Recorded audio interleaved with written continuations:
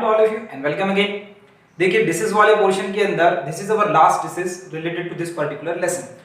दूसरा जो you can say the section of this particular chapter, that is human health and disease. First one is the immunology, second one is some common disease, and third one is the adolescence and drug abuse. Okay, now we are in the last stage of the second session or second section, that is the some common diseases. तो उसके अंदर हमने 6 या 7 disease near about discuss किए.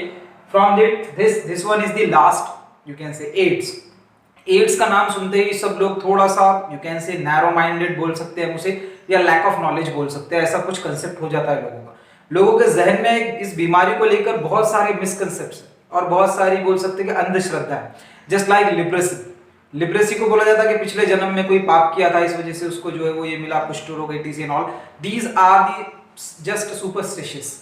So we are the science students, so we are not able to, you can say we are not able to think to believe these stupid kind of things, जैसे कि बिल्ली रास्ता काटेंगे and all the things, that is the stupidity things. We are science students, we have to go with the facts and you can say the logics. Now important thing is that हम इस disease को discuss करेंगे तो सबसे पहले मैं आपको बता दूं कि this disease is not, you can say, the more dangerous as compared to the cancer. Cancer को मैंने आपको और बहुत ज्यादा डिटेल में बताया, हमको इतना डिटेल में नहीं देखना, पर इससे रिलेटेड जो है ना बहुत सारे इंपॉर्टेंट चीजें हमको समझनी। कौन सी चीजें? जैसे कि फॉर एग्जांपल ये डिसीज जो है, ये डिसीज के जो पेशेंट रहेगा उसके साथ खाना खाने से, बैठने से, उसके साथ एक नॉर्मल लाइफ गुजारने से कुछ भी नहीं होता। It is not communicable disease. कौन से कंडीशन में कम्युनिकेबल होगा, मतलब कैसे ट्रांसमिट होगा वो हम देखेंगे ट्रांसमिशन में, बट डिसीज उतना ये नहीं। एक्चुअल में डिसीज का कंसेप्ट क्या है मैं आपको आज बताऊंगा। Let's come to our lecture, that is the AIDS. Now what is the full form of AIDS? That is the acquired immunodeficiency syndrome. Look at this, immunodeficiency. Focus on these two terms. Immunodeficiency means immunology का कम हो जाना, immune system का कम हो जाना। तो अब ये ऐसी कौन सी बीमारी है जो हमारे immune system को कम कर रही है? ओके, तो let's move on to the first point, that is the introduction. Let's थोड़ा सा इसके हिस्ट्री पर जाते हैं, डिसीज आया कैसे क्या। First of all, it is called as the modern plague, यानी the plague of the century you can say, because ये इतना रैपिडली पैंडेमिक हुआ, फास्ट फैला। अभी के पिछले 15-20 सालों के अंदर ये बहुत तेजी से फैला ड्यू टू कि लोगों को इसके बारे में मालूमात नहीं थी, लोगों को प्रिकॉशन पता नहीं थी, ये ट्रांसमिट कैसे होता है इसके बारे में पता नहीं था। पर जब स्टडी हुई, सारी चीजें पता चली, तो अब इसकी स्पीड बहुत स्लो हो चुकी है फैलने की। तो जिस टाइम पे ये फैला तो उसको ऐसा नाम दिया, इससे बहुत लोगों की मौतें हुई, तो that's why it is called as the modern plague. Plague एक ऐसा बीमारी आया था, आपको भी बताऊंगा, आपने हिस्ट्री की बुक्स में पढ़ा होगा, जो कि रैट, चूहों के इस पर से फैला था और उसने बहुत सारे लोगों को खत्म किया। तो that's why it is also called as the modern plague. Then first case in 1971 in African monkey. Okay, now पहला केस जो मिला था वो अफ्रीका के एक मंकी में आइसोलेट हुआ था, बट अभी तक समझ नहीं आया ये बात, या फिर मेरे स्टडी वगैरह में तो अभी तक तो नहीं आया। अगर मुझे पता चलता है तो बता दूंगा कि ये किस तरह से मंकी से इंसान में आया। हो सकता है कि ये थोड़ा सा एक कंसेप्ट अभी तक ऐसा समझ लीजिए कोई राज है। तो बंदरों के अंदर अफ्रीका में 1971 में दिखा, चिंपैंजीज वगैरह में। Then first human case was in, that is 1981 in USA. First human case कहां मिला? 1981 के अंदर यूएसए में मिला, हताई नाम के एक सिटी के अंदर। Then first case in India which is found in 1984 in Madras, that is Chennai, in among the prostitutes, जो प्रोस्टिट्यूशन का काम करते हैं उन फीमेल्स के अंदर जो है वो 1984 के अंदर फर्स्ट केस हमको मिला, जो कि बहुत लेट हुआ। मतलब देखिए 1971 से लेकर 84 तक, नियर अबाउट 14 साल जो है वो टाइम लगा इसको फैलने के लिए, इंडिया तक आने के लिए। नाउ अब ये तो इसका इंट्रोडक्शन हुआ। Now comes to the pathogen, which is the most important thing related to this particular disease. हमको इसके वायरस के बारे में पढ़ना। एग्जाम में भी आपको ये डायग्राम आ सकता है वायरस का, या एक्सप्लेन दी HIV वायरस, ऐसा कोई क्वेश्चन आ सकता है। तो HIV वायरस का स्ट्रक्चर का था, वायरस से रिलेटेड मैंने आपको बता चुका हूँ, फिर भी एक और मेरा वीडियो है यूट्यूब पर, I will send the link of that particular lecture for you, कि from that you can understand how what is the concept of the virus। उस पर नहीं जाऊंगा, पर मैं यहाँ पर देख लीजिए कि HIV वायरस का स्ट्रक्चर कैसा है। Look at this, in center there is a genetic material, single stranded genetic material, और यहाँ पर जो genetic material है that is the RNA, ribose nucleic acid. RNA जो है वो सेंटर में जेनेटिक मटेरियल है, और उसके पूरे साइड में ये ब्लू कलर, येलो कलर, जितना भी मैंने बताया, these are the protein coat। ये क्या है? प्रोटीन कोट है।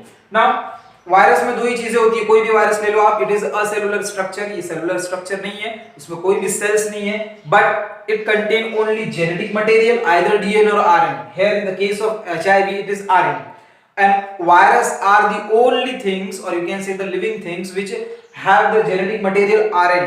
Except virus, there are no any single living organism which contain the RNA as a genetic material. All the living organism contain the DNA as a genetic material. ये एक point आपको याद रखना है। तो क्या हुआ यहाँ पर, क्या है, सिर्फ जेनेटिक मटेरियल जो है वो RNA। नाउ ये प्रोटीन कोड है, इसके पास दो ही चीजें, मतलब protein code and genetic material, और ये प्रोटीन कैप्सिड वगैरह दिख रहा है। कोई भी वायरस के अंदर दो ही चीजें रहेंगी, प्रोटीन कोड उस जेनेटिक मटेरियल को क्या करेगा, प्रोटेक्शन करेगा। तो ये एचआईवी वायरस का डायग्राम है, you can also draw this, you can also download from the, you can say, the Google images, you can also take the help of the your textbook or NCERT book, आप कोई भी diagram बनाइए HIV virus का, आपको mark मिल जाएंगे। Then important बात क्या है, इसका नाम क्या है, HIV, human immunodeficiency virus. मतलब ये वायरस करता क्या है, देखिए मैंने आपको lymphocyte, T lymphocyte, B lymphocyte पढ़ाया था, याद होगा। तो ये जो टी लिम्फोसाइट है, ये क्या है, टी लिम्फोसाइट है, तो ये आकर इसी को अटैक करता है और इसी को डैमेज कर लेगा। टी लिम्फोसाइट को डैमेज करने के बाद हमारा इम्यून सिस्टम डैमेज हो जाएगा। अगर हमारा इम्यून सिस्टम डैमेज हुआ तो इसका मतलब क्या होने वाला है, हमारा immune system damage, totally finish. Immune system damage हो गया, इसका मतलब क्या होगा, जो बाहर जितने भी पैथोजन है, जैसे ही वो बॉडी में एंटर होंगे, उनको वो डिसीज हो जाएगा, चाहे वो ट्यूबरकुलोसिस हो, चाहे वो निमोनिया हो, चाहे वो मलेरिया हो, कोई भी हो, टाइफाइड हो, जितने भी आसपास में हमको फिर पैथोजन मिलेंगे, हमारा इम्यून सिस्टम वीक हो गया। जैसे कि किसी कंट्री का जो फौज का सिस्टम रहेगा, जो you can say the army, navy, air force, वो कमजोर हो गया तो दूसरी कंट्री उस पर अटैक कर सकती है। तो सेम है, हमारे बॉडी का इम्यून सिस्टम कमजोर हो गया तो दूसरी डिसीज आ जाएंगे।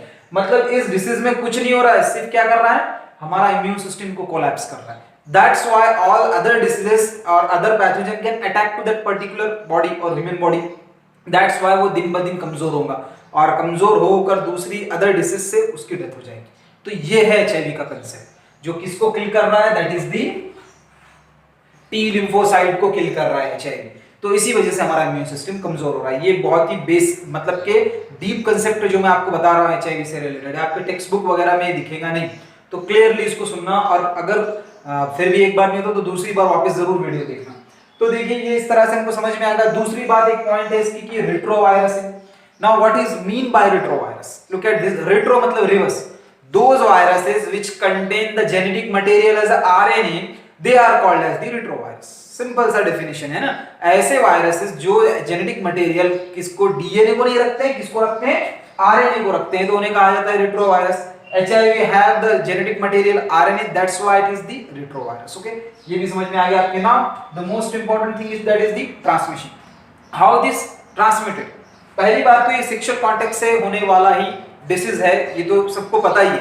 80% ऑफ केसेस जो है वो सेक्सुअल कॉन्टैक्ट की वजह से होते हैं, कि मल्टीपल पार्टनर के साथ जो है वो, because it is, you can say it is very common in the Western culture. We are the Eastern peoples, we have some, you can say the ethics, we have some traditional values, हमारे पास आज भी जिंदा है, हमारे पास शर्म, हया, ये सारी चीजें आज भी मौजूद है, तो कहीं ना कहीं इसका रेट हमारे पास कम है। But as compare to the foreigners, और you can say the British and all the white peoples, उनके पास जो है वो उतना कोई कल्चर इतना स्ट्रिक्ट नहीं, दे हैव मतलब बहुत ही ज्यादा उनका ओपन माइंडेड होते हैं वो, तो उनके उसमें कुछ भी चलता है। बट हमारे यहाँ पर जो है वो ईस्टर्न पीपल्स में बहुत सारी चीज़ें जो है वो क्या कहेंगे हम, बेसिकली इंडिया, पाकिस्तान, बांग्लादेश, यहाँ पर जितने भी अफगानिस्तान हो या अरब कंट्रीज ले लो, या साइड में अपने श्रीलंका लो, नेपाल लो, यहाँ पर जो है, यहाँ पर अभी भी क्या है, कल्चर बाकी है, यहाँ पर अभी भी बहुत सारी चीज़ें बाकी है। इस वजह से क्या है, यहाँ पर बहुत सारी चीज़ें भी रिस्ट्रिक्टेड है। But 80% of the AIDS is transmitted by the sexual contact. Then blood donation, अगर कोई इन्फेक्टेड पर्सन है, उसने अपना ब्लड किसी को दे दिया तो उससे भी फैलेगा। देन ब्लेड इंजेक्शन, अगर कोई ड्रग्स वगैरह लेता है तो सेम नीडल्स वगैरह यूज करते हैं, तो अगर इन्फेक्टेड पर्सन ने पहले यूज किया, फिर हेल्दी पर्सन ने किया, तो उसको हो जाएगा। डॉक्टर्स जो इंजेक्शन यूज करते हैं, इन्फेक्टेड पर्सन को उसने किया, फिर हेल्दी को किया, तो इन्फेक्शन हो गया, यानी कि एचआईवी ट्रांसमिट हो गया। Then last one is from mother to the foetus. यहाँ पर थोड़ा सा मेडिकल साइंस जो है ना, वो थोड़ा सा डेवलप हुआ है। ट्रीटमेंट तो नहीं है एचआईवी का, पर मां से बच्चे को फैलने के इस ट्रांसमिशन को रोका जा सकता है इनिशियल स्टेज में, तो यहाँ थोड़ा सा हम डेवलप हुए, तो मां से बच्चे में भी फैलता है। That is next one. Now symptoms and diagnosis, because हमने ये मैंने यहाँ ट्रीटमेंट यूज नहीं किया, because it is incurable. Modern medical science fails to find out the cure, you can say the treatment of the AIDS. Now symptoms and diagnosis. Now what are the symptoms? First one is the fever more than 1 month, एक महीने से ज्यादा रहने वाला fever, लगातार कितना भी treatment करो कमी नहीं हो रहा फीवर. और ऐसा भी नहीं है कि कुछ ही दिनों के अंदर इसके सिम्टम्स दिखेंगे, 10 साल बाद भी दिख सकते हैं, 12 साल बाद भी दिख सकते हैं, 15 साल बाद भी सिम्टम्स दिख सकते हैं, because it depends on the resistance power of that particular human. हर इंसान की इम्यूनिटी के ऊपर जो है ये डिपेंड करेगा कि उस पे सिम्टम्स कब दिखेंगे. तो एक महीने से ज्यादा फीवर रहेगा लगातार, कफिंग यानी खांसी रहेंगी एक महीने से ज्यादा, और ज्यादातर टीबी ट्यूबरकुलोसिस जो है वो हो जाता है ऐसे पेशेंट्स को. More than 1 month, 10% weight loss, अचानक से 10% बॉडी का वेट लॉस हो गया. अगर 80 किलो का है तो 8 केजी या 9 केजी अचानक से कम हो गया. Then high sweating at night, इतना स्वेटिंग होता है रात में कि बिस्तर भी, जो कपड़े तो छोड़ो, बिस्तर भी जो हम जहां सोते हैं वो गीला हो जाता है. तो then now the next term is the diagnosis किससे होगा? There are two main type of tests which are related to the HIV diagnosis. That is, first one is the ELISA test. The full form of this ELISA is, write down, note down करो जो मैं बोल रहा हूँ, enzyme linked immunosorbent assay. क्या है? enzyme linked immunosorbent assay. This test is called based on the enzyme related things. So enzyme के through जो है वो इसका टेस्ट किया जाता है, एंजाइम लिंक्ड इम्यूनोसॉर्बेंट एसे. इस test, this is not a confirmatory test, you can say. अगर ये पॉजिटिव आता भी है तो दूसरा एक टेस्ट किया जाता है which is called as the western blot test. अब ये western blot test is the confirm test. If ELISA test were you can say the positive, then after western blot test होगा. अगर ये पॉजिटिव आता तो that patient will be the positive, HIV positive. Then ELISA test अगर negative आया but western blood test positive आया, then patient will be the positive. If ELISA test way are positive but western blood test is negative, then that patient will be negative. Okay, तो ये सारा जो concept था HIV AIDS से related था. Hopefully आपको सारा लेक्चर समझ में आया होगा. नोट्स प्रिपेयर कीजिए और टेस्ट के लिए तैयार रहिए. मैंने आपको दिया हूं, ह्यूमन हेल्थ एंड डिसीज में मैंने इंक्लूड नहीं किया हूं, तो आप जो है वो अच्छे से स्टडी कीजिए, टेस्ट दीजिए. Then after if you have any doubt, any query, then you can ask me related to this particular lecture. Thank you.